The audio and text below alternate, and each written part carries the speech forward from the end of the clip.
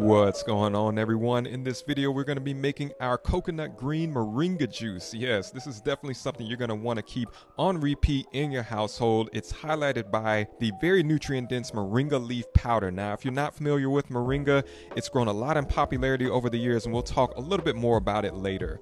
And in this juice, we're also going to be adding our baobab powder, as we often do, as well as coconut water. And as always, we're going to be using our Vitamix to make this juice so that we get all of the rich benefits that this juice provides. So to start off, we're going to be adding 1 large handful each of spinach and kale, followed by our green apple, and then 2 cups of frozen pineapple, 1 large knob of ginger, 2 tablespoons of baobab powder, 2.5 tablespoons of moringa powder, coconut water, and then we're going to finish it off with some lemon juice. Now, moringa is actually grown in India as well as other parts of Asia, Africa, and Latin America.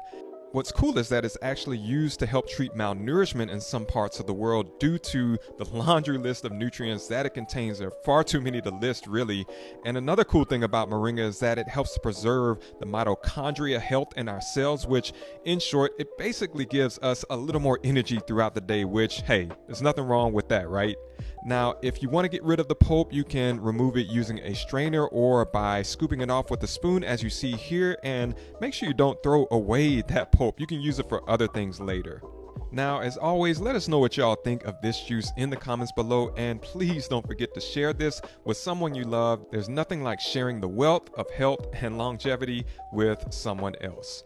Oh, and speaking of superfood juices, if you want to check out our acai elderberry blueberry juice recipe that has more antioxidants than you can count, then click on this video that you see over here on the right, and we'll see you over there. Peace.